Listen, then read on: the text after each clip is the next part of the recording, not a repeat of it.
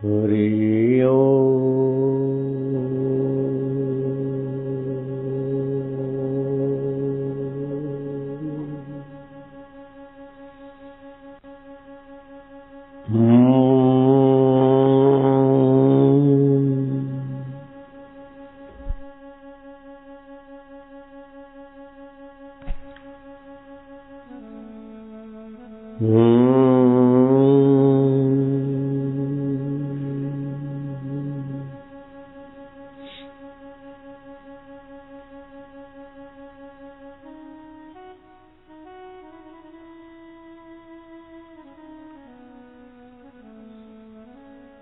मैं भगवान का हूँ, भगवान मेरे हैं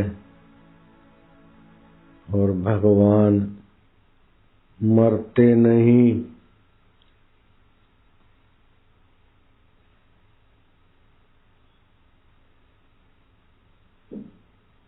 कभी बिछड़ते नहीं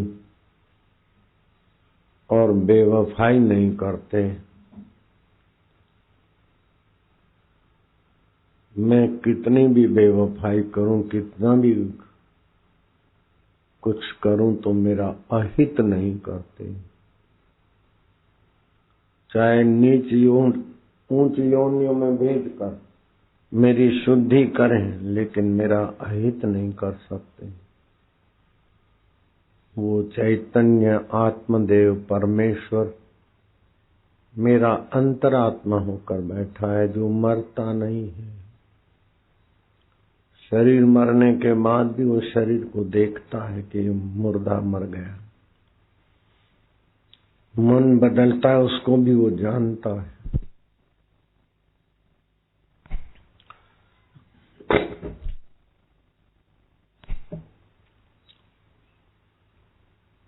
कुटुंबी बेवफा होते हैं, लेकिन वो बेवफा नहीं होता। हमारा शरीर हमसे बेवफा हो जाता है, लेकिन परमेश्वर हमसे बेवफा नहीं होता। हमारी बुद्धि हमें धोखा दे देती है, हमारा मन हमें धोखा दे देता है, हमारा तन हमें धोखा दे देता है, लेकिन वो दाता ज्ञान स्वरूप कभी हमें धोखा नहीं देता, कभी दूर नहीं होता, वो कभी मरता नहीं है। हम उसका सुमरण भूल गए। जो मर जाता है उसी के सुमरण में हम मारे जा रहे। जो धोखा देगा उसी की में आसक्ति करके हम फंसे जा रहे। जो बेवफाई करेगा उस पर भरोसे की इमारत हम अट्टालिकाएं बनाए जा रहे हैं।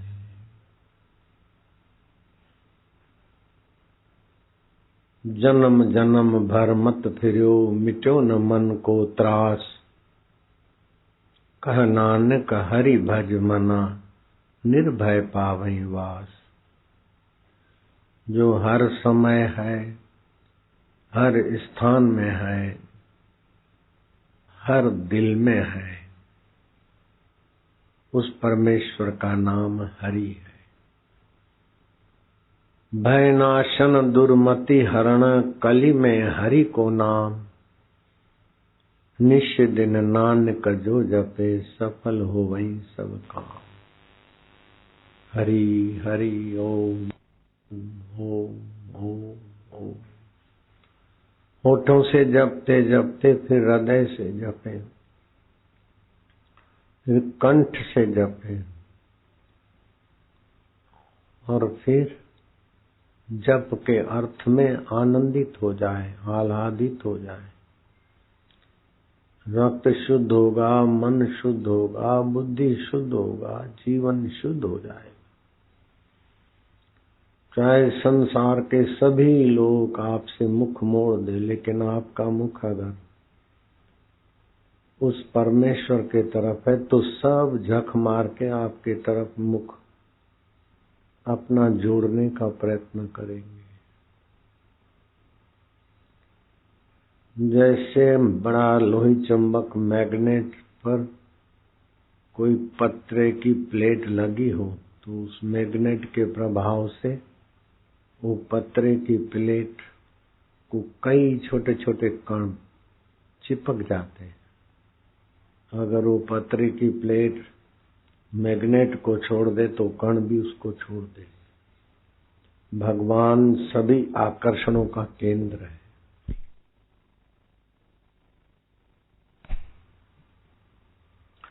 छब्बीस दिव्य गुणों का मुख्य केंद्र भगवान है। अभयता अगर आप में निर्भयता आती है तो उस ईश्वर की। आप में सात्विकता है, सज्जनता है, प्रसन्नता है तो उसका गुण है। आप में रूप लावण्य है तो उसी की कलाकारी करिए। हे प्रभु, वाह। मासूम बच्चा प्यारा लगता है, निर्दोष लगता है तो अहंकार की परतियां भी नहीं आई उस पर। उस परमात्मा की मधुरता और निर्दोषता है। पक्षियों में किलहोल है तो उसी की चेतना है। इस प्रकार की समझ आए तो भगवान की भक्ति, भगवान की स्मृति और भगवान का ज्ञान आपको भगवतमय बना देगा। संसार की स्मृति, संसार की भक्ति, संसार का ज्ञान मनुष्य को कहीं का नहीं रहने देता। जीते जी तो परेशान है, मरने के बाद प्रेत होकर भी भटकता है। संसार का करो जो बहुत जरूरी है, बाकी उसकी स्मृति, उसका ज्ञान, उसकी प्रीति पालो तो संसार भी संवर जाएगा, सुंदर हो जाएगा। एक मेरे मित्र संत थे, लालजी महाराज, बड़े अच्छे प्यारे संत थे। अभी उनका शरीर शांत हुआ। उन्होंने मुझे बताया कि मैं 18-19 साल का था। मेरी माँ ने कहा भैंस को चारा डाल दे। दिया बत्ती जलने का समय था, गर्मी के दिन थे, हरा चारा पड़ा था। जो ही 2 हाथ से चारे का बहारा उठाया, सांप बैठा था उसमें, उसने काट खाया। मैं चीखा और गिर गया और मैं मर गया था। डॉक्टर आए, देखे के गया। गांव वालों को पता चला, मेरी माँ के प्रति गांव वालों को आदर था, भक्त थी मेरी माँ। सब रोते रोते आए तो मेरी माँ खड़ी हो गई, खबरदार जिसके घर कभी कोई न मरा हो वो रोते रोते आना। जैसे आए सबको रवाना कर दिया। मेरे पर माँ ने चादर डाल दी, दिया जलाया, स्मृति करने लगी परमात्मा के नाम की। रात भर जगी रही। सुबह हुआ, माँ ने कहा बेटा अब इतना सोएगा क्या, चल उठ। और मैं उठ के खड़ा हो गया, अभी तक जिंदा हूं। ओम ओम ओम ओम ओम ओम ओम ओम ओम। मेरे से बड़ी उम्र के थे, 89 साल के थे। हरि ओम ओम ओम ओम ओम ओम ओम। राम राम राम राम राम राम राम राम। प्रभु जी, प्यारे जी, हरि ओम ओम ओम ओम ओम।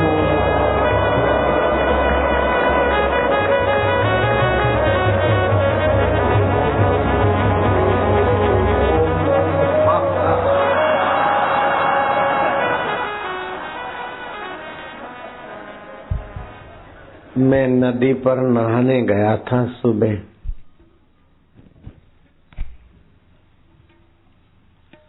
मेरी माँ वृद्ध हो चली थी, सूरदास हो गई थी, दिखता नहीं था।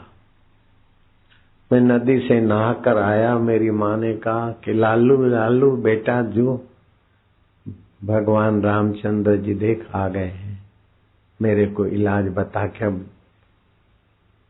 प्रसन्न होकर हंस रहे। मेरे को तो दिखे नहीं। मैंने कहा माँ कहाँ है? बोले खड़े नहीं है। उन्होंने मेरे को उपाय बताया, देखो जा रहे, देखो गए। इंद्रवर्णा गुजराती में बोलते हैं, सिंधी में टूहू बोलते हैं। गोल गोल इतने होते हैं बाल जैसे, उसको चीरा मार के छोटे छोटे बीज निकाल के फेंक दो, कड़वा होता है।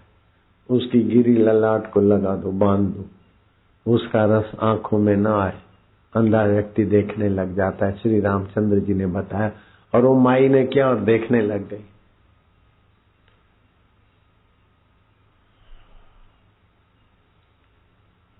माई पढ़ी लिखी नहीं थी, लेकिन सारी पढ़ाइयां हो के भूल जाता आदमी, फिर भी जो का त्यों है उस परमात्मा की स्मृति में थी।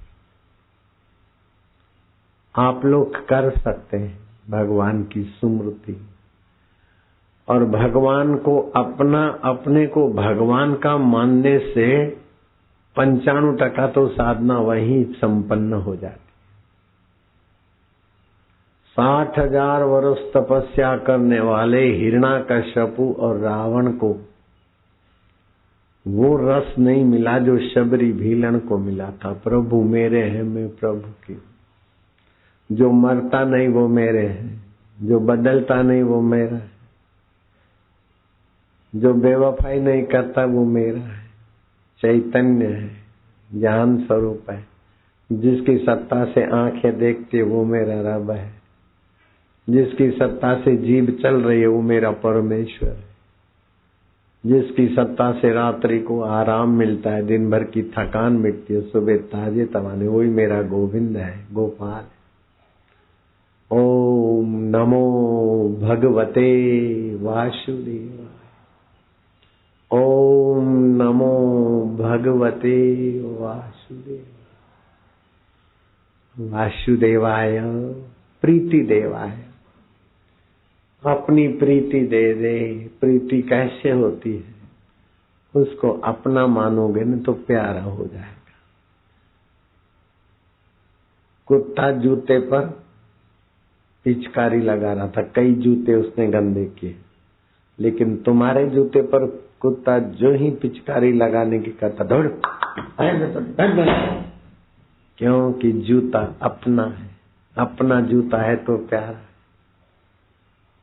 तो जूता तो पहले नहीं था, बाद में नहीं रहेगा, लेकिन ये दिल भर दे, तू पहले भी था, अभी भी है। मरने के बाद भी आकाश में जीव स्थित होता है, देखता है कि ये मेरा शव पड़ा है, मेरा पति रो रहा है, मेरे बच्चे रो रहे हैं, मेरा रिश्तेदार रो रहा है, मेरी पत्नी रो रही है, जो है जिसका संबंध। तो ये ज्ञान स्वरूप ईश्वर तो मरने के बाद भी साथ नहीं छोड़ता।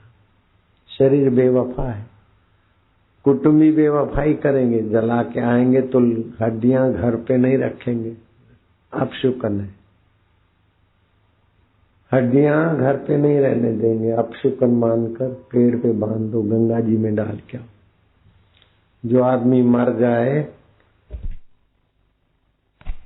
उसके लिए एक भला काम करना कि तुलसी की लकड़ियां उसके घर दे आओ। उसकी आंखों पे, उसके मुंह पे, उसके छाती पे तुलसी की पतली पतली लकड़ियां, और घर वालों को हाथ जोड़ के बोल दो कि मेरी सेवा स्वीकार करो, इससे सदगति होती है। तुलसी की एक आध लकड़ी के साथ घास चारा लगा के अग्नि संस्कार इसी से शुरू करोगे, दुर्गति नहीं होगी। भगवान का विधान है। जयपुर नाम सुना होगा, जयपुर के नजदीक में एक छोटी सी रियासत थी। लदाना रियासत का राजा शाम को देखता है कि अरे अब्दुल गफ्फार तो क्या करता है, तेरे गले में ये माला का की। बोले राजा साहब, मानो न मानो, मैं अपने बेटे की कसम खा के बोलता हूं, मैंने तुलसी की महिमा जानी। एक शाम को जा रहा था तो भयानक काले काले जमदूत दिखाई दिए, मैं डर गया। उन्होंने कहा तेरे को थोड़े लेने आए, अभी खेत खली से लौटेगा छोरा और बैलों को पीटता हुआ भगाता हुआ आएगा, और ये पास में जो खड्डा है उसमें बैल गाड़ी का व्हील जर्क खाएगा, बैलों के कंधे पर जो घुसरी बोलते हैं वो टूटेगी, बैल बेलगाम हो जाएंगे, छोरा उनको पकड़ने जाएगा और बैल गुस्साए बैल उसके पेट में सिंग घुसेड़ देंगे, बेटे की छोरे की मृत्यु होगी। 30-32 का जो छोरा है उसके रूह को, उसके जीवात्मा को हम नरक में ले जाएंगे, क्योंकि निर्दयी है, पाप करता है तो नरक में जाता है। राजा साहब, मैं अपने गफारिये की कसम खाकर बोलता हूं बेटे की, मैंने हाथा जोड़ी की कि मुझे ये रूह देखने को कैसे, ये जरा इसरार देखने की इजाजत दो। मैं दूर पेड़ के पीछे खड़ा रहता हूं, बैलगाड़ी का आवाज आ रहा था, उन्होंने संकेत से हाँ भरी। मैं खड़ा रहा, बैलगाड़ी आई, उसका पहियों को जरक लगी, बैल उदंड हुए, छोरा बैलों को उनकी नाक में जो नकेल थी उसको पकड़ के घसीट रहा, बैल घुस आया और छोरे के पेट में सींग मार दिया।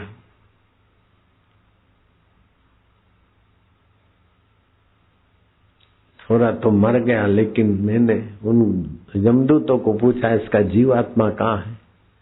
बोले हमारे हाथ में नहीं आया, क्योंकि यहाँ जंगल में भी जंगली तुलसी के बीच असली तुलसी पड़ी थी और तुलसी के आगे उसका प्राण निकला, इसलिए वो भगवान के लोक में गया। तब से मैंने तुलसी की माला धारण की।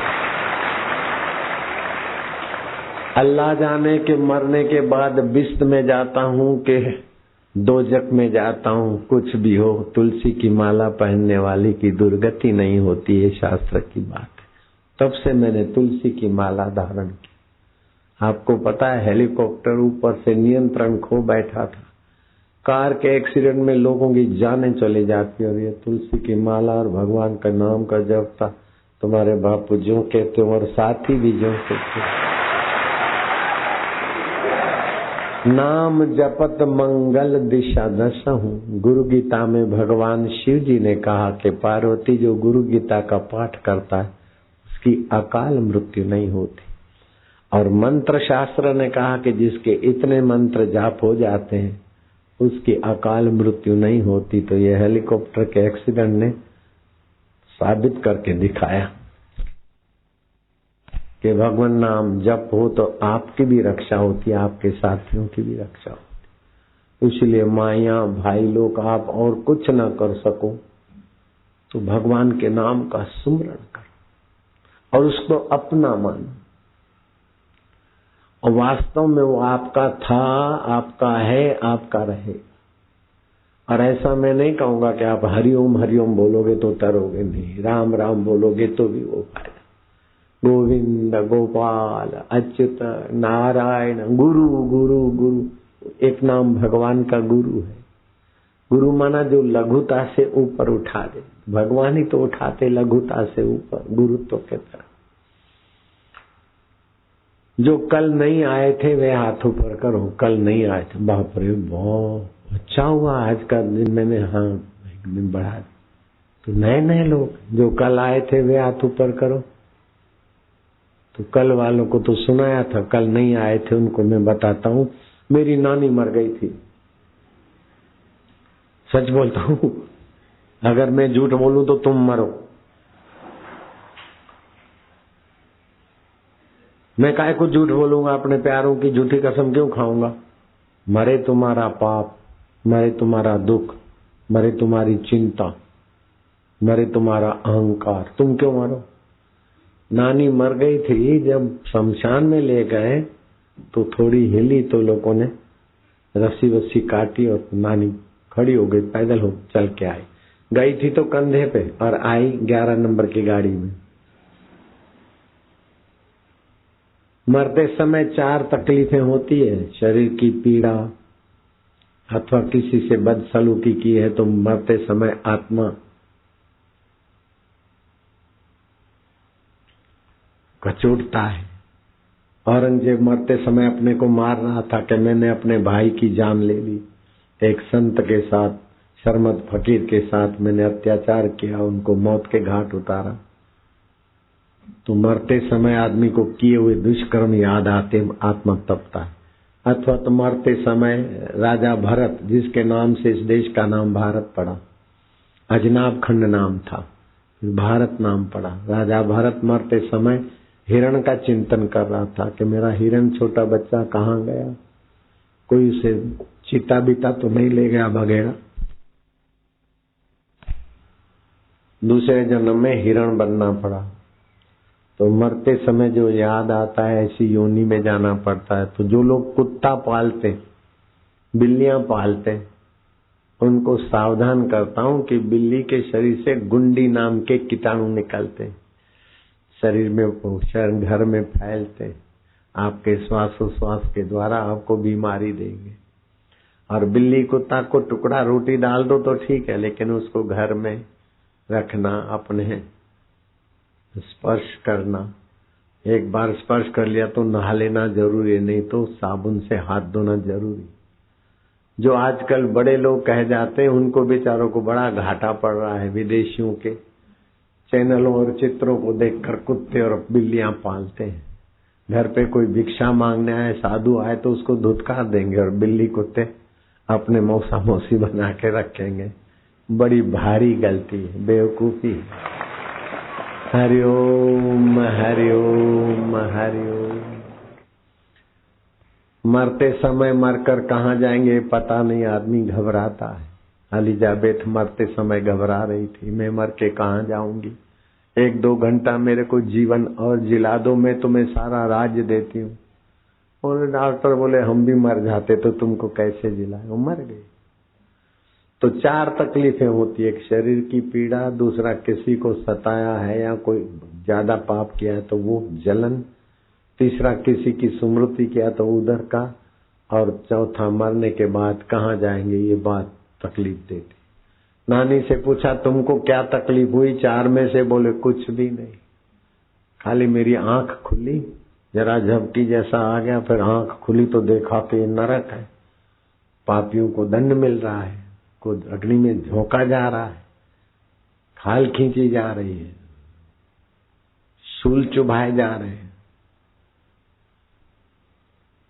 मैंने देखा कि नरक है। मैंने कहा इस नरक में मेरे को क्यों लाए हो? जिसने संत का दर्शन किया है, ओमकार का जप किया है, गुरु मंत्र लिया है, उसको नरक नहीं हो सकता है, मेरे को नरक में क्यों लाए? जो दारू नहीं पीते और मांस नहीं खाते उसको नरक नहीं हो सकता। मैं दारू नहीं पिया है, मांस नहीं खाया और हरिओम का जप किया है, तो ओमकार का जप वाले को नरक नहीं होता। बोले तुम्हारा नाम हेमीबाई है ना? बोले हेमीबाई तो हमारे शहर में बतेरी है, पूरा नाम बोलो। बोले हेमीबाई पोहुमल। बोले पोहुमल फोमल हमारे पति का नाम नहीं है, तो क्या नाम है? बोले हम लेते नहीं, आप बोलो मैं बोल दूंगी। हेमीबाई प्रेमचंद। बोले तो हेमीबाई पोहुमल। बोले नहीं। हेमीबाई पर्योमल। बोले नहीं। हेमीबाई पहलाज राय। नहीं। हेमीबाई प्रीतम दास। बोले नहीं। पंजूमल। बोले पंजूमल छक्कूमल नहीं। तो भाई बोल देना। बोले भैया हम नहीं लेते ना, हमारा धर्म का पालन करने से भगवान खुश होते। ऐसे बोलते बोलते हेमीबाई प्रेम कुमार। बोले कुमार हटाकर चंद लगाओ। अच्छा हेमीबाई प्रेमचंद। बोले हाँ। अरे जमदूतो इसको क्यों लाए हेमीबाई प्रेमचंद को? हेमीबाई पोहुमल को लाना था और प्रेमचंद को ले आए। जाओ जल्दी वापस छोड़ के आओ। तो फिर मेरे को वापस छोड़ गए, मेरे को जीव मिल गया। तो मरने के बाद यमदूत की क्लास लेके जिंदी हो गई, ऐसी नानी का मैं दोता लगता हूँ। समझ जाना तुम्हें। मेरे गुरुदेव ने नीम के पेड़ को आज्ञा दिया कि जहाँ हिंदुओं की जगह है कि हद पूरी होती है वहां जाके ठहर। तो नीम का पेड़ चल पड़ा। तो मुसलमानों ने कहा आप हमारे भी फकीर हैं, आप लीलाराम नहीं लीलाशाह है। ऐसे लीलाशाह भगवान का तो मैं शिष्य हूँ। आपको बिल्कुल सच्ची सार बात बताता हूँ कि भगवान के नाम का आश्रय और सत्संग, ये 2 चीजों को अपनी बना लो। सत्संग चाहे 12 मील जाकर सुनना पड़े तो जाना चाहिए। और बीच सत्संग में से जो उठता है ना, वो तो समझो मूर्ख है, मूर्ख। सत्संग में आता है सुनने के लिए तो एक एक कदम चल के आता है, तो एक एक यज्ञ करने का फल होता है। लेकिन बीच में से उठ के चला जाता है तो उसका फल बिखर जाता है, ठन ठन पार। जो सत्संग में दूसरों को पीठ दे के आगे घुसपैठ करता है उसको भी सत्संग में आने का पुण्य नहीं होता। जो सत्संग आखिरी तक सुनता है उसके पुण्यों की तो गणना देवता भी नहीं कर सकते। भगवान शिव जी कहते पार्वती उनकी माता धन्य है, उनके पिता धन्य है, उनका कुल और गोत्र धन्य है, जिनके हृदय में गुरु भक्ति है, गुरु का ज्ञान। मैं आपको शिव जी के धन्यवाद में मिलाकर संतों का, मेरे गुरुदेव का मेरा धन्यवाद दूंगा आपकी 7 पीढ़ियों को। आप बोलना, धन्य माता पिता धन्यो धन्य गोत्रम धन्यम कुलोद्भव धन्या च वसुधा देवी यत्र स्यात् गुरु भक्ततः। पार्वती उनकी माता धन्य है। किसकी माता धन्य? हमारी माता। बोलो ना, चोरी का माल नहीं है। किसकी माता धन्य है? हमारी माता। किसके पिता धन्य है? हमारे। किसका कुल गोत्र धन्य है? हमारा। किसके कुल में जन्म लेने वाले को शिव जी धन्यवाद देते हैं? हमारे।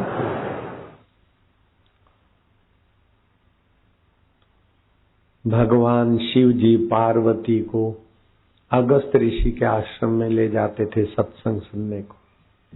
भगवान श्री रामचंद्र जी वशिष्ठ जी के आश्रम में ले जाते थे सीता जी को। और जब वनवास गए तो भरद्वाज आश्रम में टिके, क्यों? सत्संग हो रहा है। अत्रि आश्रम में टिके, अनुष्या के आश्रम में गए।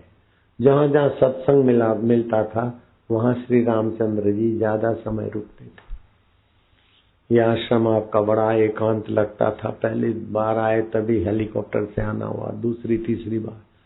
अब की बार जब गए तो हमने सोचा कि एकांत बढ़िया आश्रम है, हेलीकॉप्टर से आएंगे नहीं, जाएंगे नहीं, कार से आएंगे और चुपचाप 2-4 दिन यहाँ एकांत में भजन करेंगे। शाम को लोगों से मिलेंगे। तो कल भी मिले थे, आज भी मिले। परसों हाथरस में है, परसों शनिवार है ना, अभी कल का दिन तो यहीं रहूंगा। जिसको आना होगा आएगा, जिसको आना होगा आएगा, प्रसाद खाना होगा तो खाएगा, अपना भाग्य बनाना होगा तो बनाएगा। मैं काहे को कहूँ आइए कृपया दर्शन दीजिए। कोई मेरे बेटे की शादी थोड़ी है। मैंने तो अपने बेटे की शादी में भी किसी को नहीं बुलाया था। बेटे की शादी कर दी 10,000 में, 10-20 हजार खर्चा हुआ होगा। वैसे तो कई करोड़ों रुपया दहेज देने वाले थे, लेकिन एक गरीब साधक की कन्या ले सादगी से हो गया। पूनम व्रतधारी तो थे। एक छोटा सा पंडाल लगा था शादी वालों के लिए, 2,000 का भी नहीं लगा होगा। बाकी का तो अपना सत्संग पंडाल में भोजन हो गया सबका। वैसे ही खाते थे भगत। चलो बाबा, कुछ ले आए गिफ्ट विफ्ट। एक बड़ा अधिकारी था गांधीनगर का, वो चुपके से किसी को दे गया। फिर 2 महीने के बाद मेरे को पता चला, वापस लौटाया। हम लेंगे, ज्यादा दिखावा न करो, सादगी से रहो। धर्म में तन जाए, मन जाए, धन जाए, किसी के दान का लोहे का चना काय को लेना रखना। बड़ी शांति रहती, आनंद रहता है।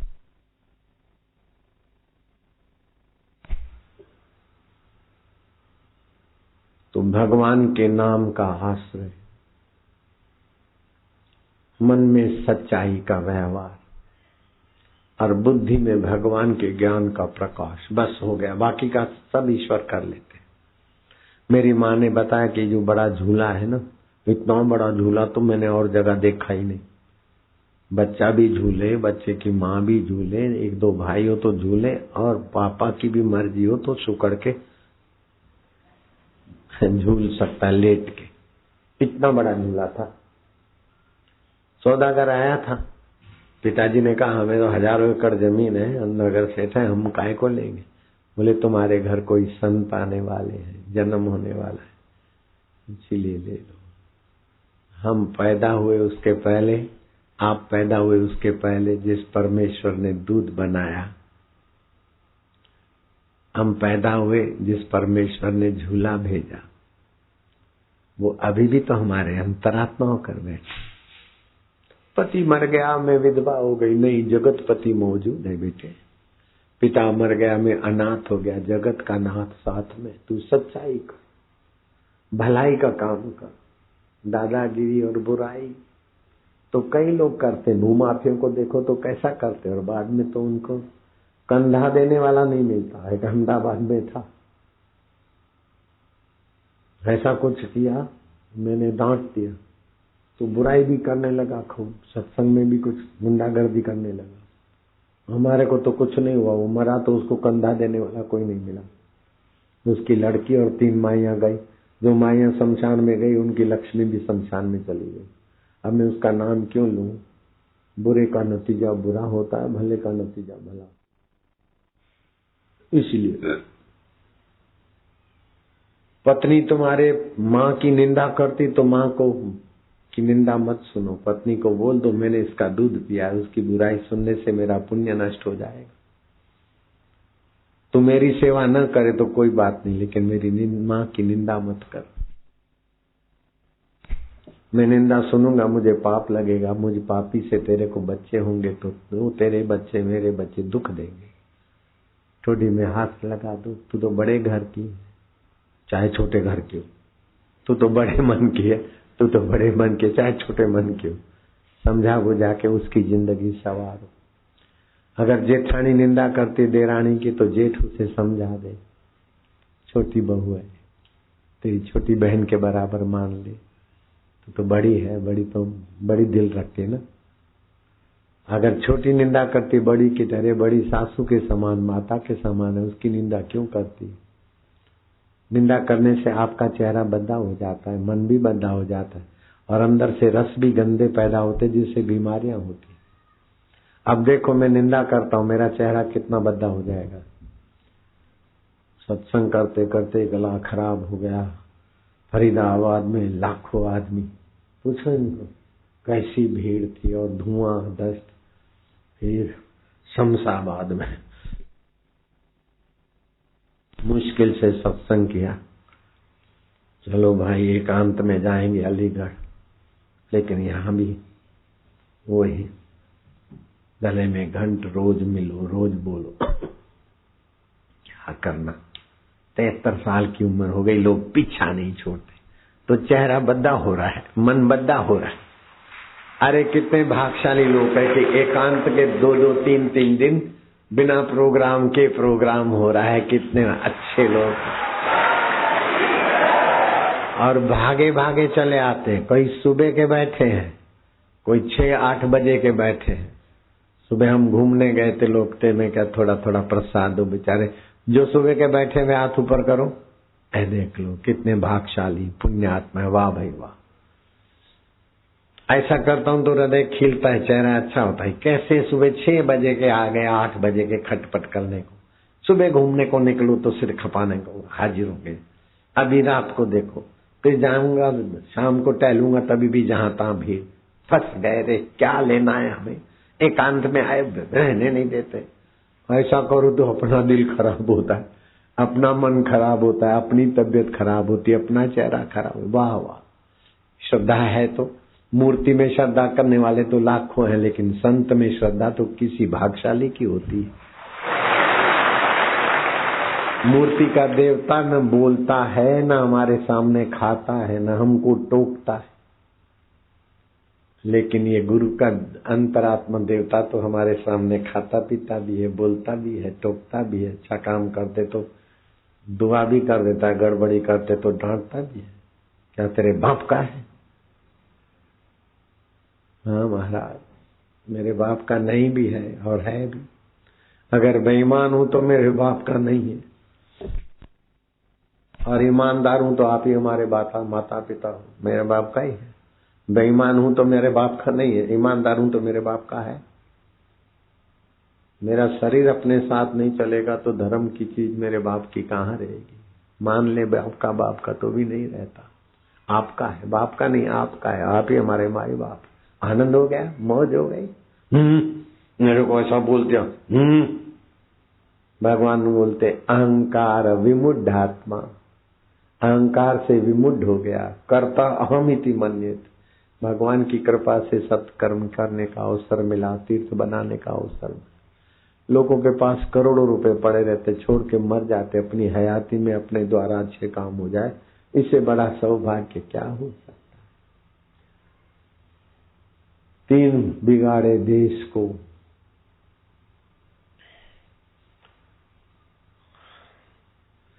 कपटी, कायर और क्रूर, जो कपटी है, कायर है, क्रूर है, वो 3 अपने को और देश को बिगाड़ दे। और 3 सुधारे देश को सती, संत और शूर। शूर, संत, सती और शूर, 3 बिगाड़ते, 3 सुधारते। वाह, संतों के संपर्क में कईयों के हृदय में संत आत्मा आएंगे। अब ये कथा आप बड़ा ध्यान से सुनना, बड़ी ऊंची कथा है। रामकृष्ण परमहंस जिसके चरणों में मत्था रखते तो उठाते नहीं थे। हे साक्षात शिव स्वरूप, दक्षिणेश्वर से मैं आपके दर्शन करने आया। काशी विश्वनाथ प्रभु आप मेरे तैलंग स्वामी के चरण पकड़ते थे। रामकृष्ण, वो तैलंग स्वामी घर में जब विद्यार्थी थे तो उनका नाम था शिवराम। चुप रहते, कम बोलते थे, सत्संग में जाते थे, किसी की सेवा कर लिया, शेख ही नहीं बगाड़ते थे। तू तड़ाके की हल्की भाषा, रुबाब नहीं, लोगों को तोड़ते नहीं थे, जोड़ने का गुण था। माँ ने, कुटुंबियों ने जोर मारा, बेटा शादी कर ले। बोले असली शादी तो ईश्वर से होगी, मैं तो साधु बनूंगा। सब थक गए। आखिर माँ ने कहा बेटा तू साधु बन के ही रहेगा, लेकिन मेरे लाल, ये ब्राह्मणी तेरे आगे झोली फैलाती, बेटा जब तक मैं जिंदी हूं तब तक घर मत छोड़ना। बोले माँ वचन देता हूं। दूसरा भी वचन दे दे, तू साधु बनेगा, अच्छा साधु बनेगा, और जांच करना कि सत्संग से क्या फायदा होता है, संत की दीक्षा से क्या फायदा होता है, और सत्संग और सत्संगियों की सेवा से क्या फायदे होते, उसकी जांच करके अच्छी तरह से समाज में प्रचार करना। मां मैं जरूर करूंगा। दिन बीते, सप्ताह बीते, महीने की कतारें, वर्षों की कतारें बीती। मां तो भगवान के धाम में गई, बेटा साधु बना, शिवराम ब्रह्मचारी। काशी साधुओं का गढ़ है। सत्संग से क्या लाभ होता है? बोले अनेक जन्मों की बिगड़ी बाजी सुधर जाती है।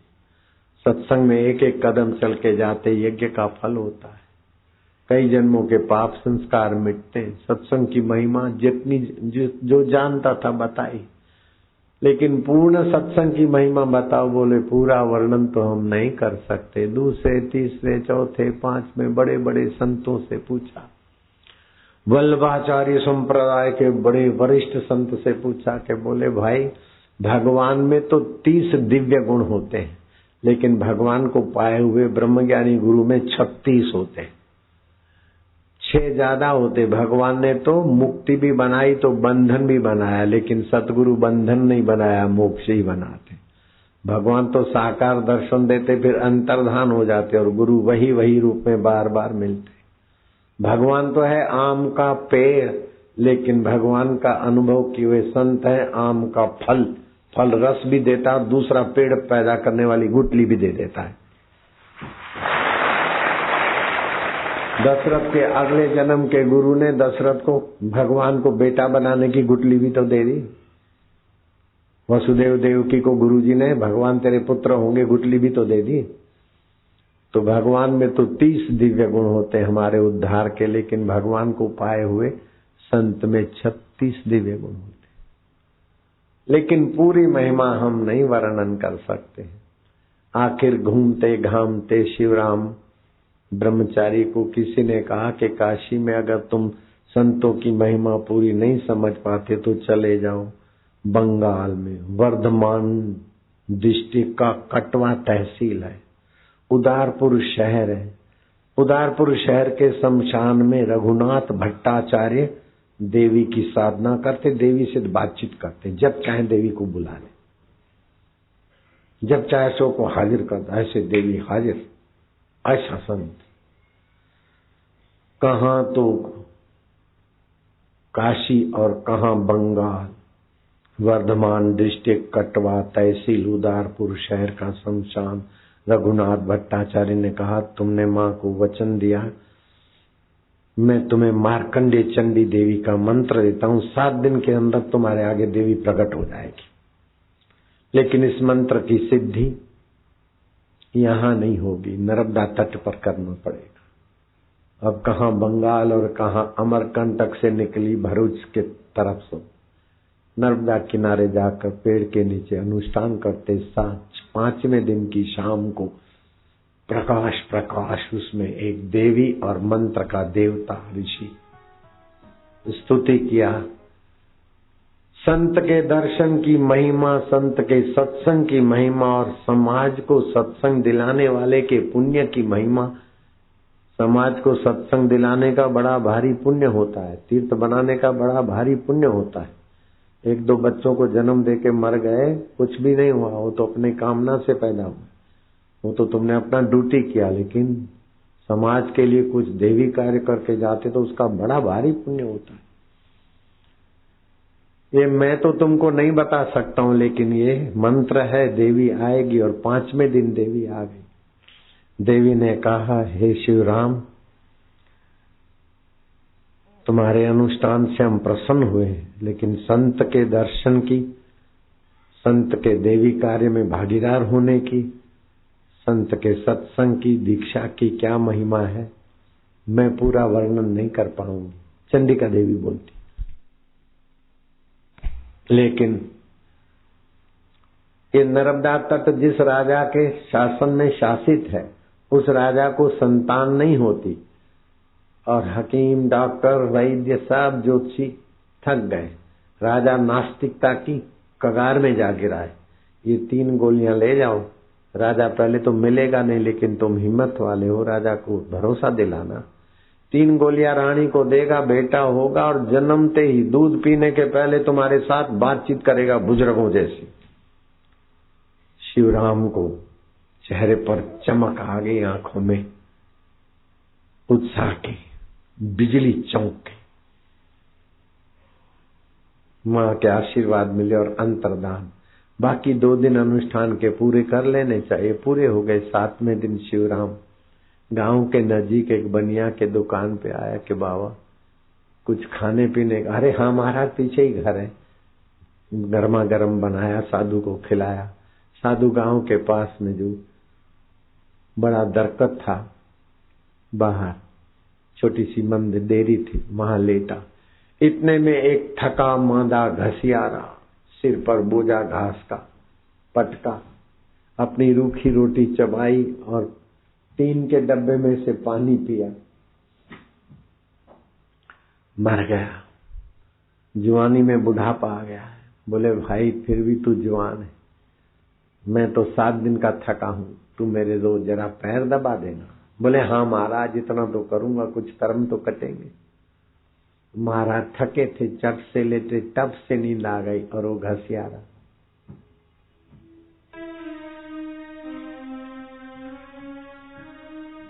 अब उसको पता ही नहीं मैं पैर दबा रहा हूं, मेरा गला मृत्यु दबा देगी, उसको पता नहीं। आपको भी पता नहीं कब मृत्यु गला दबा दे, पता है क्या? कोई पता नहीं।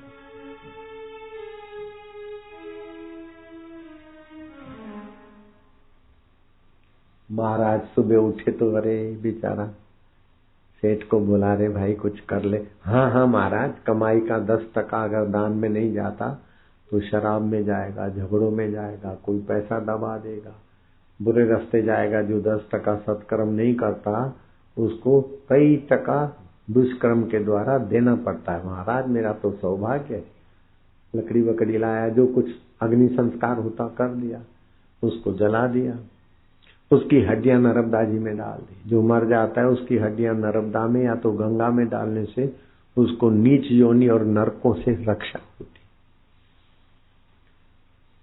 अब वो महाराज गए राजा के पास। राजा पहले तो मुलाकात नहीं दिया, मुलाकात दिया और महाराज ने कहा ऐसा चंडी देवी प्रकट हुई थी, ऐसा ऐसा ऐसा, ये 3 गोलियां लेने से आपके घर में संतान आएगी और मैं वायदा करता हूं, मुझे नजर कैद कर लो, तुम्हारे घर बेटा आएगा, उससे मैं बात करूंगा, उसके बाद मैं तुम्हारी रियासत छोड़ूंगा, राजधानी में ही रहूंगा। सरले, ओ सरलू, सरला, ऐसा नहीं कि हे रानी, अरे कहाँ गई है बहरी, अरे बुला के ला, बेवकूफ कहाँ चली गई, नहीं, मधुर वाणी बोलो। वाणी ऐसी बोलिए मनवा शीतल होए और उनको शीतल करे, आपो शीतल हो। दादागिरी साइड पे करो, मजदूर के आगे करो, वकील हो तो बहस करो, दादागिरी करो कोर्ट में, पत्नी के आगे है हो तो तड़ाका नहीं, मीठी वाणी। हाँ, कोयल का कौआ काका धन हरे, कोयल काको दे, मीठे वचन बोल के कोयल जग अपनो करी ले।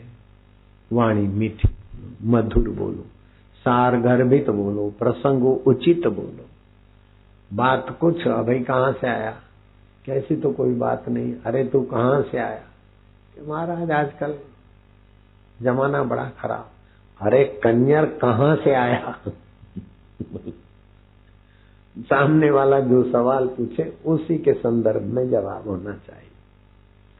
क्या हाल चाल है, धंधा कैसा चलता है, बोले ठीक ठीक है, कितना कमाता है, कि बहुत ज्यादा नहीं कमाता, अरे कितना कमाता है, बस दाल रोटी मिल जाती है, अरे कितना कमाता है, ज्यादा नहीं कमाता, अरे बोल देना 4000 कमाता हूँ, 40 कमाता हूँ। तो जो ज्यादा पेचीले होते ना तो पूछते कितना कमाता है, सच बोलेगा तो महाराज को रहमत आएगी तो कुछ का कुछ कर देंगे, लेकिन वो बेवकूफ लोग का भाग्य भी बेवकूफ होता है, अकल भी बेवकूफ तो भाग्य भी बेवकूफ हो जाता है। खैर राजा ने वो ले लिए, 3 गोलियां दे दी सरला को। 10वें महीने दाई आई, बालक का जन्म हुआ। जन्मते समय बच्चे की नाभि छेदन नहीं करना चाहिए, नहीं तो उसमें भय घुस जाता है। 2-3 मिनट नर्स और डॉक्टर को रोक देना चाहिए, ब्लड सर्कुलेशन बंद हो जाए, बाद में नाभि छेदन। दाई ने वो सब किया। बच्चे को नहलाकर बाप के गोद में दिया जाता है, बाप आए तब तक बच्चे को लेटा दिया तो बच्चा बैठ गया आसन लगा के। आप करना ओम।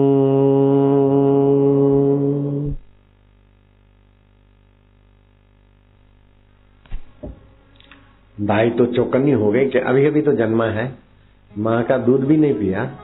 ओम।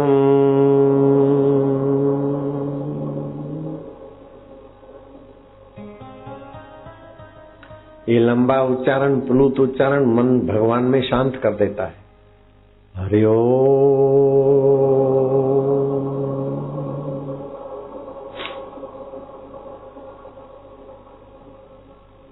दाही तो चकरा गई, लेकिन दासियां और दास, अरे देख निगुड़ी, मैं तो देख रही, देख तेरा बाप अभी जन्मा है और ये समाधि, अरे देख, और बोल हुआ तो नहीं, हुआ तो ऐसा हुआ।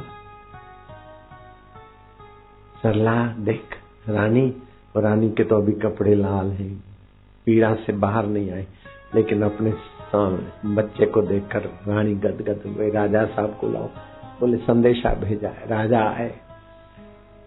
राजा बच्चे को देखता है तो राजा की बाछे खिल गई। महाराज को आदर से बुलाया गया। महाराज कहते कि बालक, जन्मते ही तू समाधि की बात कर रहा है, समाधि में है, तू कृष्ण का अंश अवतार है कि राम जी का है कि दत्त भगवान का अंशज अवतार है। बोले महाराज, न मैं कृष्ण का, न राम का, न शिव का, न दत्तात्रेय का, मैं तो वही घसियारा हूँ जो तुम्हारे पैर दबाते दबाते दम निकल गया था, वो अभागा हूँ। तुम्हारे दर्शन से अभी मैं राजकुमार हो गया। संत के दर्शन की महिमा, बोले आपका खाली मैंने दर्शन किया, सत्संग तो सुना नहीं था, दीक्षा तो ली नहीं थी, आपके दर्शन से मैं घसियारे में से राजकुमार हो गया। सिपाहियों से लोग डरते हैं और सिपाही बड़े अधिकारियों से डरते हैं और बड़े अधिकारी अपने डीजीपी से डरते, लेकिन डीजीपी और गृह मंत्री सब मेरी खुशामद करेंगे, मैं राजकुमार हो गया। नक्शा पास कराने के लिए अशोक जैसे तो चक्कर काटेंगे, मेरी रहमत से उनका नक्शा पास हो। ये मैंने मिलाई मजाक, लड़के ने नहीं कहा। कहा तो 2 पैसे का मैं घसियारा। संत के दर्शन का, सत्संग का और संत के देवी कार्य में भागीदार होने का कितना फल होता है, उसका वर्णन अभी तक कोई नहीं कर सकता। अगर ब्रह्मा जी भी तराजू बनाए तो टूट जाएगी महाराज। हरि अनंत, हरि को पाए हुए संत की कृपा अनंत है, तो उसकी कृपा का फल अंत वाला कैसे हो सकता है। मत करो वर्णन हर बेअंत है। ये शुक्र कर कि वे तेरे दर पे भाग्य खाते, वे शुक्र कर कि तेरे दर पर भगवान के भक्त आते। बड़े भाग्य से ऐसी सेवा मिलती। फिर वो शिवराम में से तैलंग स्वामी हो गए। काशी में 80 घाट है, 80 घाट। बरसात में भीग रहे थे, किसी ब्राह्मण ने कहा महाराज आओ आप ही का घर है। बोले नहीं, वो नाव आ रही है, अभी डूब जाएगी, निर्दोष लोग हैं, उनको बचाना है। देखते देखते उस पार से नाव आई, क्या पता भंवर में गायब हो गई। महाराज यहाँ अंतर्धान हो गए। थोड़ी देर में नाव पर सवार होकर हंसते हंसते वो महाराज तैलंग स्वामी जान बचा कर आ गए। ऐसी तो कई लीलाएं उनके जीवन में हो गई। संत जो दिखते हैं ना 6 फुट के 5 फुट के, उतने नहीं है। अनंत ब्रह्मांडों में उनकी गति और पहुंच होती। मैं तो आप सभी को फिर से धन्यवाद दूंगा कि कैसे भी करके ये अलीगढ़ के आश्रम ने मेरे मन को एकांत के लिए आकर्षित किया। और मैं 3 दिन रहने वाला हूँ, कल का दिन भी हूँ।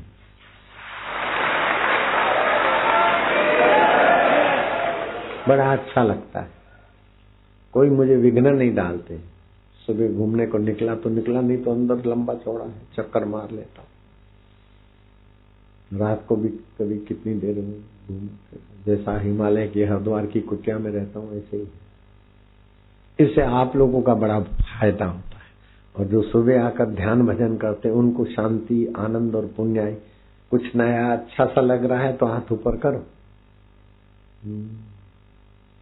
रुपए पैसे यहीं रह जाएंगे, वाहवाही यहीं रह जाएगी, लेकिन भगवान की भक्ति और संतों का दर्शन, सत्संग।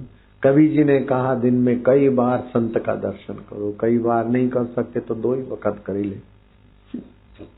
2 वक्त नहीं कर ले तो 1 बार करो। 1 बार नहीं कर सकते तो आड़े दिन दर्शन करो। आड़े दिन नहीं कर सकते तो 2 दिन में कर लो। 2 दिन में नहीं करते तो चौथे दिन कर ले। चौथे दिन दर्शन करने का सौभाग्य नहीं है तो सप्ताह सप्ताह में करे। पाख पाख करे ले, कह कबीर मास मास करे ले, काल दगा नहीं दे। संसार 2 तरीकों से अंदर जाता है। एक तो सुनते हैं किसी की निंदा, स्तुति, राग द्वेष जाता, दूसरा देखने से।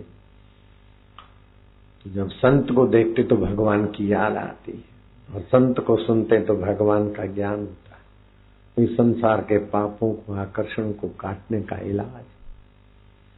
भगवान शंकर ने पार्वती को वामदेव गुरु से दीक्षा दिलाई थी, और भगवान श्री रामचंद्र जी गुरुओं के पास सीता जी को ले जाते थे। अब आपके पति गुरु के पास आपको ले आए हैं पत्नियां, नहीं नहीं, यहाँ की समिति के पुण्य से आपको घर बैठे मिल रहा है। जो कल नहीं आए थे वह तेरे आज आए। और आज मैं कह देता हूँ कि कल शुक्रवार का शाम इधर ही गुजारूंगा, तो कल भी लोग आएंगे। आज वाले तो आएंगे, उसमें से कुछ कम होंगे, लेकिन कल नए लोग आएंगे। अगर मैं 1 महीना यहाँ रह जाऊं तो 1 महीना भी लोग इधर आते रहेंगे, क्योंकि इतना फायदा और चीजों से नहीं है।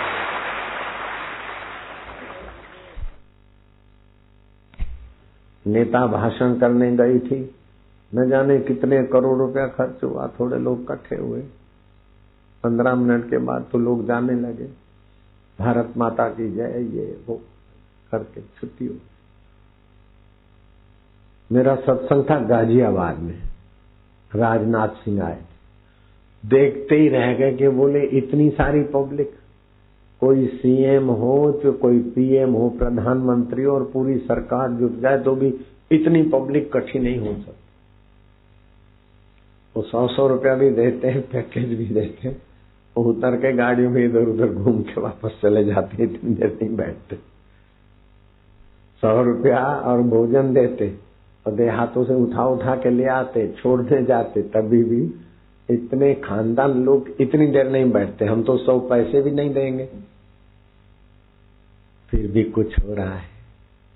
जो सारी दुनिया की चीजों से नहीं मिले वो पुण्य और ज्ञान मिल रहा है, परलोक में सदगति देने वाला सत्संग मिल रहा है। एक घड़ी आधी में पुनियाद, तुलसी संगत साधकी हरे कोटि अपराध। अब जो कल नहीं आएंगे उनके लिए आज बोल देता हूं, जो नहीं आने वाले हाथ ऊपर करो। नहीं आओ तो नहीं आओ, 6 आदमी नहीं आएंगे तो 600 और आ जाएंगे, मेरे को घाटा नहीं है, नहीं आने वाले को घाटा, अपना क्या जाता है। 1 किलो आंवला, अभी शरद पूनम आएगी, शरद पूनम की शिविर है 3 दिन की, 26, 27, 28, 29 सुबह तक या 28 तक मथुरा में, यहां से 60 किलोमीटर। और परसों है सत्संग हाथरस, शनिवार शाम को, रविवार दोपहर को हाथरस, और रविवार शाम को भौंसी में हेलीकॉप्टर से जाए। समय बचाने के लिए हेलीकॉप्टर का उपयोग होता है, वरना तो चल जाता है। एक दिन में 2 जगह पहुंचना है तो फिर तो हाथरस में हेलीकॉप्टर आएगा, हाथरस से फिर जाएंगे भौंसी, फिर ऐसे करते करते 26 तारीख 25 शाम को ही पहुंच जाएंगे मथुरा। मथुरा में ध्यान कराऊंगा और खीर खिलाऊंगा, तुम भी देखते रह जाओगे कि कैसी।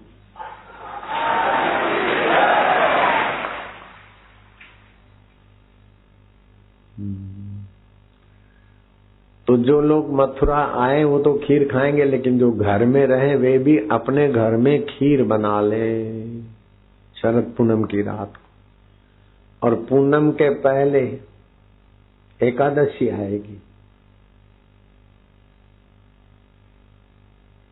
23 तारीख को,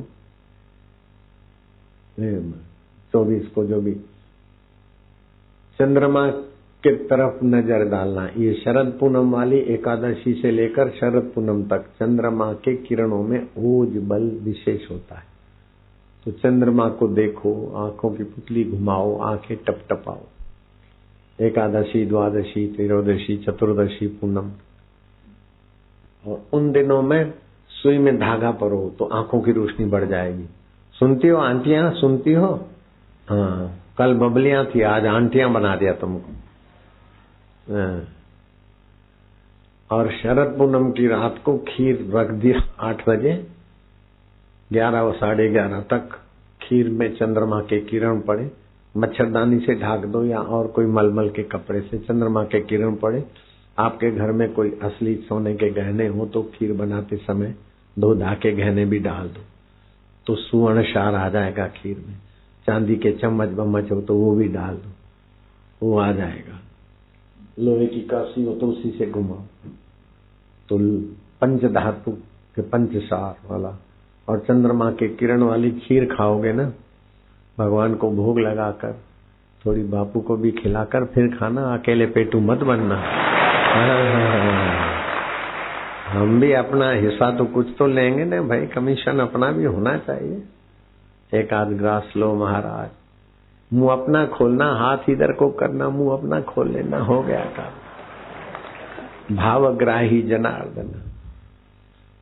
थोड़ी बच जाए तो फ्रीज कर देना, दूसरे दिन सुबह बच्चों को खिलाना। रात को देर से खाना हजम कम होता है, इसलिए जम के मत खाना। चलो खीर है, फायदा करेगी, ज्यादा खाओ तो नुकसान करेगी। थोड़ी कम खाना, थोड़ी मुझे खिलाना, थोड़ी रख देना, समझ गए। और एक बात है कि ये शरद पूनम के दूसरे दिन आंवले वीर्यवान हो जाते हैं, उसके पहले कम शक्ति वाले होते। 1 किलो आंवला ले लिया, धोकर कुकर में डाल दिया, 5 ग्राम पानी छोड़ दिया, आधी सीटी लगी न लगी, सीटी को दबा दिया, सीधे आंवले में से गुठली निकाल दी, आंवले को पीट पाट के उसका मावा बना दिया, पेस्ट बना दी। 1 किलो शक्कर, एक तार की बनाकर मिला दिया तो 2 किलो बन गया। 1 किलो मीठे आंवले का मावा तुम रख दो फ्रिज में या कैसे घर में रख दो, बाकी 1 किलो में धाना, मिर्च, ये वो, दालचीनी, फलाना ढिंगना जो भी चटनी में डालते डाल देना, चटनी बन जाएगी। भोजन के पहले थोड़ी चटनी खाएंगे, भूख खुल के लगेगी, चेहरे पर लाली आएगी। और बाकी का जो 1 किलो पड़ा है उसमें से 10 ग्राम मावा लेकर थोड़ा पानी मिला के घोल बनाकर सुबह सुबह पी लो। अगर सपन दोष है, जल्दी धातु क्षीण हो जाता है, सदर रोग है, पानी पड़ने की बीमारी है, तो आधी चम्मच हल्दी मिलाकर घोल बना के पी लो। अगर गर्म पानी डालोगे तो चाय का मजा लोगे, और ठंडा पानी डालोगे तो शरबत का मजा लोगे और आरोग्य का मजा आएगा। लेकिन चाय कॉफी से 10 प्रकार के जहर पाए गए। चाय कॉफी में टेनिन पड़ता है, टेनिन मिला उसमें से, जो गैस पैदा करता है। चाय कॉफी पीने वाले को गैस की तकलीफ ज्यादा पड़। उसमें थिन तत्व आता है चाय कॉफी में, जो सिर को भारी कर देता है, खुश्की चढ़ा देता है। कैफीन जो किडनी को कमजोर कर देता है। वोल्टाइल आंतों को हानि देता है। कार्बोलिक एसिड चाय कॉफी में पाया गया, जो बदहजमा एसिडिटी देता है। छठा जहरी तत्व चाय कॉफी में मिला, पेमुइन, जो पाचन तंत्र को कमजोर करता है। और 7वां जहर मिला, एरोमोलिक, आंतों को हानि करता है। 8वां हल्का पॉइजन मिला, साइनोजन, जो अनिद्रा पैदा करता है। और 9वां हानिकारक द्रव्य मिला, एक्लोजिक एसिड, जो शरीर को हानि करता है। और 10वां स्टिनोएल पाया गया, जो रक्त में विकार और नपुंसकता पैदा करता है। चाय कॉफी बहुत नुकसान करती। फिर भी चाय पीना है तो आयुर्वेदिक चाय के पैकेट में सब लिखा है, घर में बना के तुम पी सकते हो। अथवा तो ये आंवले का मावा बनाए, उसी का कभी शरबत बना लिया, ठंडा पानी डाल के, गर्म पानी डाल के चाय बना ली, ऐसा पीना। अब थोड़ी देर ध्यान करो। कल ध्यान कराया था और बबलू बबलियों को सिखाया था। जिनको बहुत अच्छा लगा वे हाथ ऊपर करो। हाँ।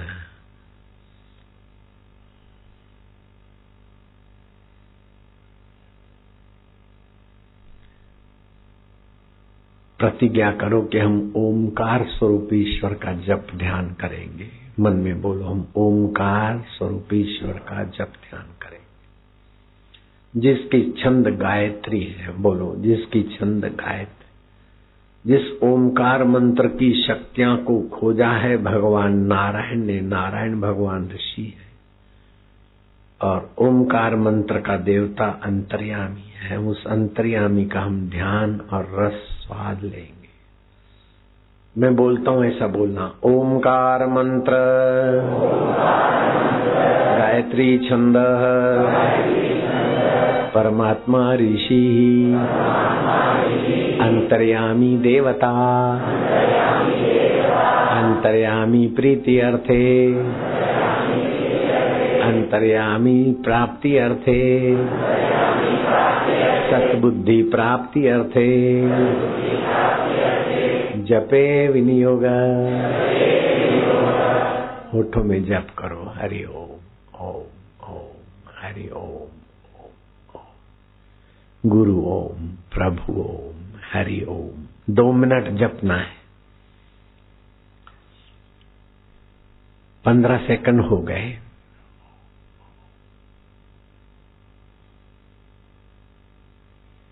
ओम ओम ओम ओम, प्रभु जी ओम, प्यारे जी ओम, मेरे जी ओम, अंतर्यामी ओम, सुखदाता, ज्ञानदाता, आनंददाता, हरि ओम।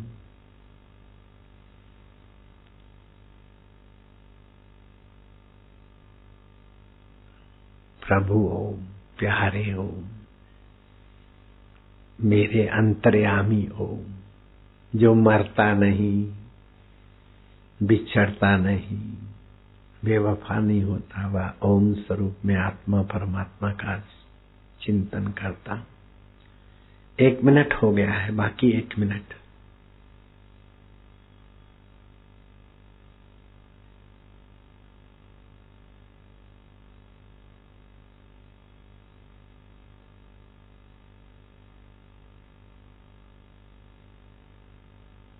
ओम हरि ओम, आनंद ओम,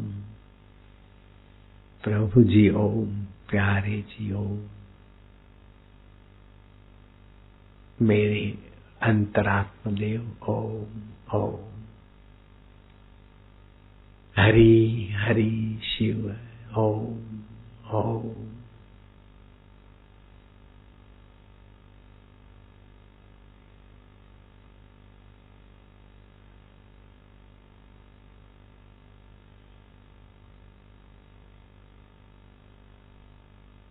दो मिनट हो गए। अब दोनों नथुनों से श्वास भरो। लो लो लो लो, श्वास लो, खूब लो और लो। रोको। मैं भगवान का हूँ, भगवान मेरे हैं, जो मरते नहीं, बदलते नहीं, बेवफा नहीं होते, वे मेरे अंतर्यामी प्रभु का मैं स्मरण करता हूँ।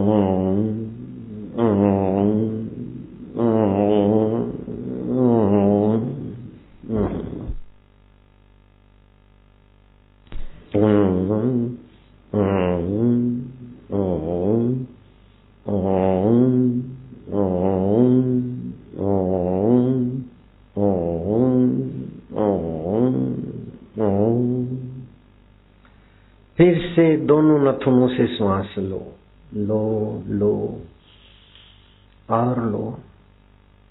ज्यादा लेंगे तो फेफड़ों के बंद छिद्र खुलेंगे। अनुमान शक्ति, क्षमा शक्ति, शौर्य शक्ति के धनी बनोगे। भाग्य की रेखाएं बदलेगी। गहरा श्वास लो। पक्का निश्चय करो कि मैं प्रभु का हूं। शरीर मरता है फिर भी मैं नहीं मरता हूं। मन बदलता है फिर भी मैं आत्मा परमात्मा का झुकाती हूँ। प्रभु मेरे, मैं प्रभु का हूँ।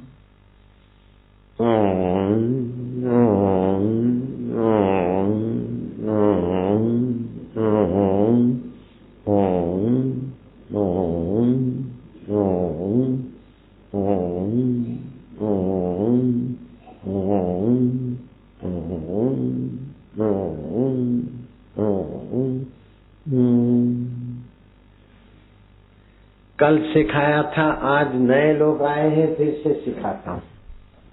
अष्टावक्र 12 साल के थे, गुरु थे, और जनक 80 साल के थे, शिष्य थे। अष्टावक्र बोलता है, बेटा जनक, 12 साल का बाप, 80 साल का बेटा, तो आप मेरे बच्चे बच्चियां हो, बबलू बबलियां हो, तुम सीखो। ये सिखाता हूँ, रोज करना और अपने पड़ोस के बबलू बबलियों को भी सिखाना। मार्क अच्छे आएंगे, पेट की खराबियां ठीक हो जाएगी, दिमाग बढ़िया हो जाएगा और भगवान प्रसन्न होंगे। समझ गई बबलियां? राधा, रमा, कांता, शांता, बबलू समझ गए? मोहन, सोहन, सो गएगा, ये सब समझ गए? दोनों कान में उंगली डालो बेटे। गहरा सांस लो और अंतर्यामी प्रभु का नाम पुकारना है प्यार से। बड़ा आनंद आएगा, रक्त पवित्र होगा, बुद्धि पवित्र होगी और भगवान प्रसन्न होंगे।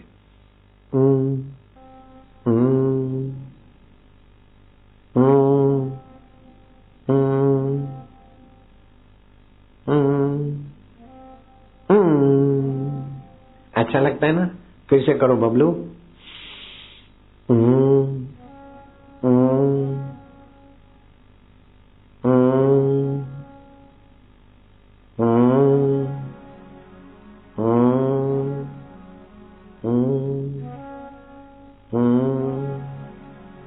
आनंद आ रहा है ना? तीसरी बार।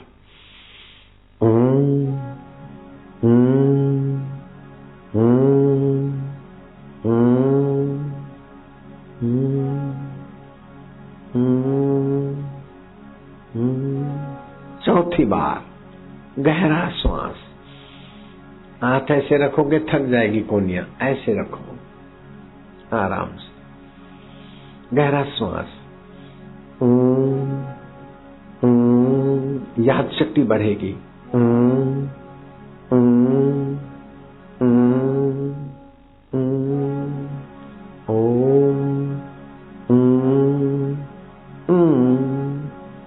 पांचवी बार बल बुद्धि बढ़े और भगवान प्रसन्न हो।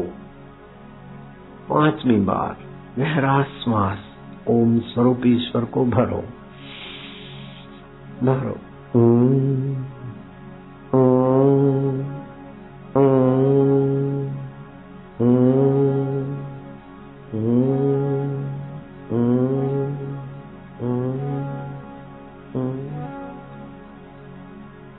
शाबाश। छठी बार कर लोगे ना बेटे? थकोगे तो नहीं, भागोगे तो नहीं? पापी लोग नहीं कर सकते, और तुम कर दो पाप कहाँ टेकेंगे? पुण्यात्मा हो तुम, थकोगे नहीं, भागोगे नहीं, 10 कर लोगे। छठी बार करो तो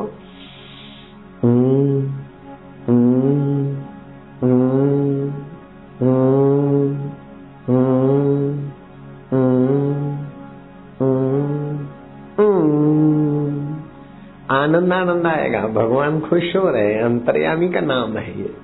7वीं बार शाबाश।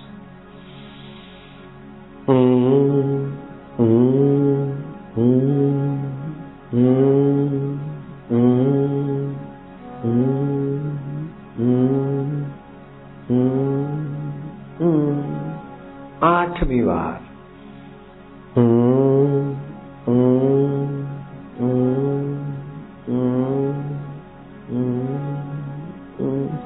नौवीं बार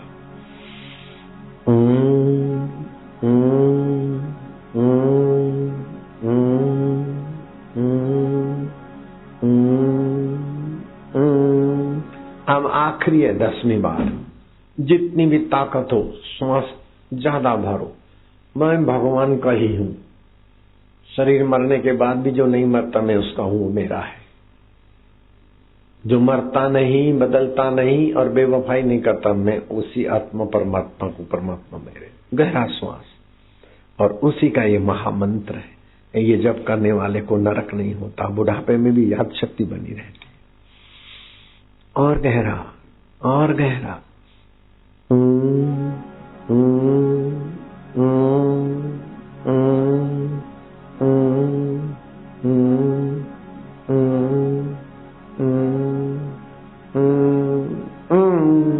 आनंद। ओम शांति, ओम आनंद।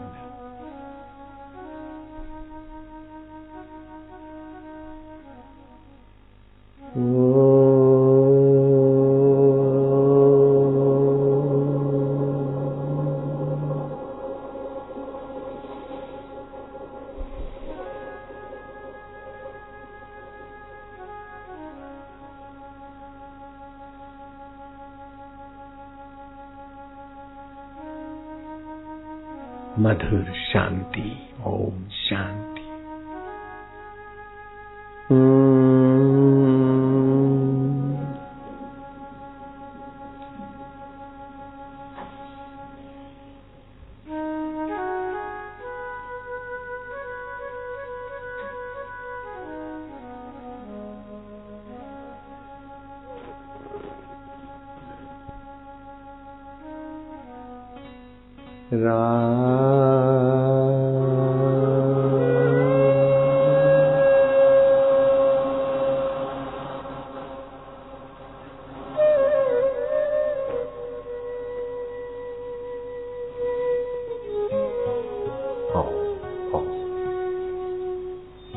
अब होठों से नहीं बोलना है, कंठ से नहीं बोलना है, हृदय में शांति।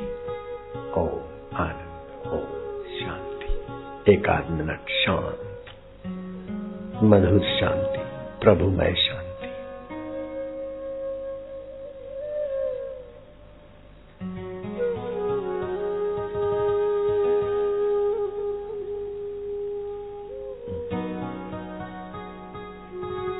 हम किसके लिए बैठे वो जानता है। श्राद्ध पक्ष के दिनों में किया हुआ कीर्तन पितरों को भी तृप्त करता है।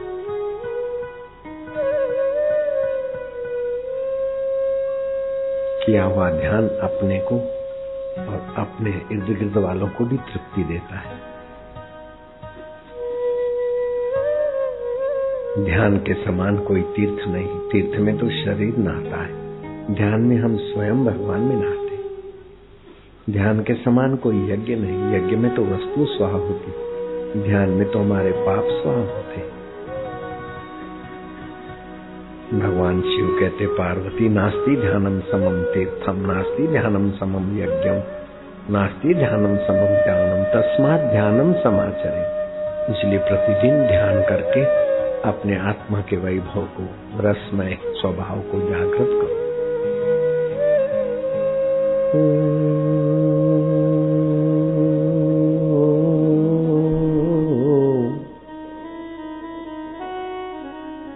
हरि ओम।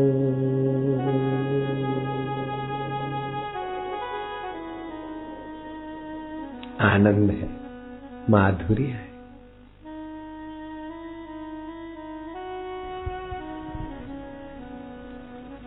शांति, प्रसन्नता है। एक आध मिनट कीर्तन का उत्सव मनाएंगे, फिर घर जाने की छुट्टी देता हूं। ताली जोर से मत मारो, इसमें शक्ति का खर्च होता है ज्यादा। कैसियो जोर से मत बजाओ, प्यार से।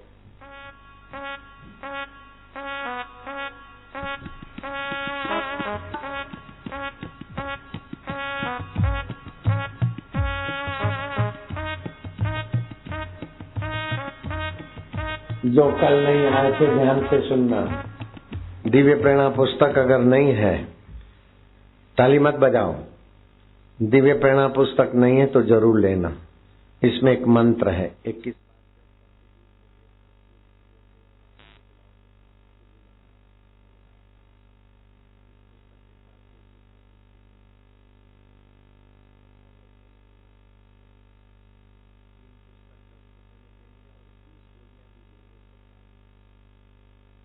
गोली शाम को चूसोगे तो ये ऋतु परिवर्तन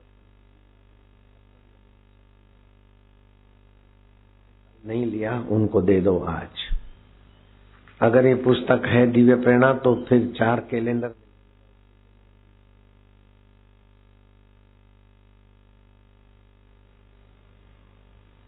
ज्योत से ज्योत जगाओ सतगुरु।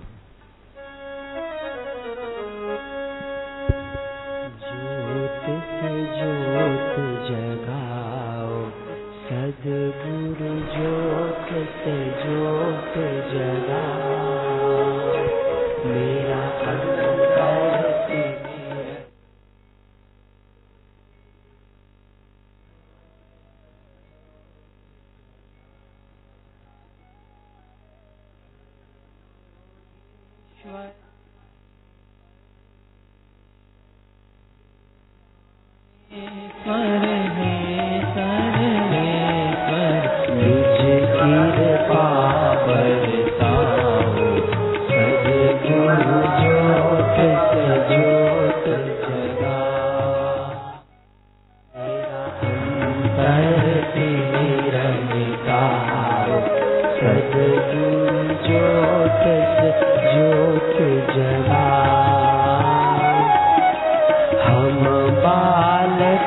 तेरे द्वार पे आए, बालक तेरे द्वार पे आए, मंगल दर्श दिखाओ, सद्गुरु ज्योत से ज्योत जगाओ। शीश झुकाए करे तेरी आरती, प्रेम सुधा बरसाओ, सद्गुरु ज्योत से ज्योत जगाओ। साची ज्योत जगे जो हृदय में, तो हम नाद जगाओ, सद्गुरु ज्योत से ज्योत जगाओ। अंतर में युग युग से सोई, चित शक्ति को जगाओ, सद्गुरु ज्योत से ज्योत जगाओ। जीवन में श्री राम अविनाशी चरणन शरण लगाओ, सद्गुरु ज्योत से ज्योत जगाओ। कर्पूर मंगलम गरुड़ध्वज मंगलम पुंडरीकाक्षाय सर्वमंगलाय तनोहरि। हरि ओम।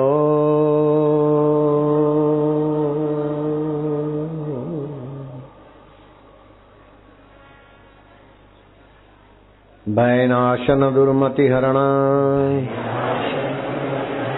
कली में हरि को नाम,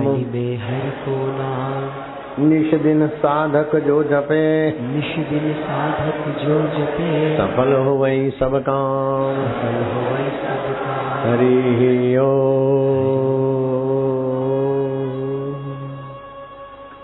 जिनको जाना है जा सकते हैं।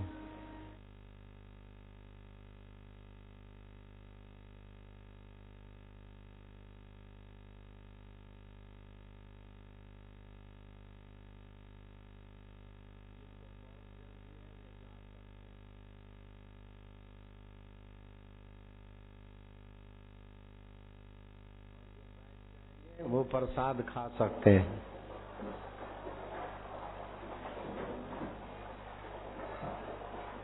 थोड़ी देर में प्रसाद बटेगा, बैठे बैठे लोगों को मिलेगा। चुस्की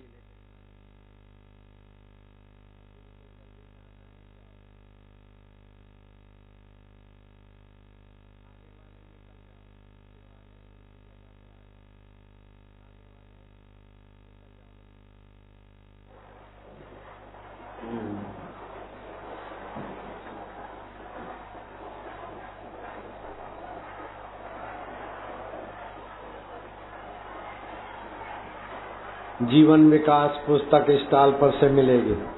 अभी फिल्म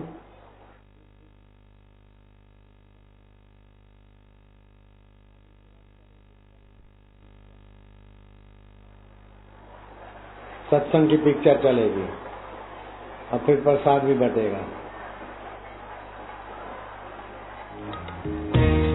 MP3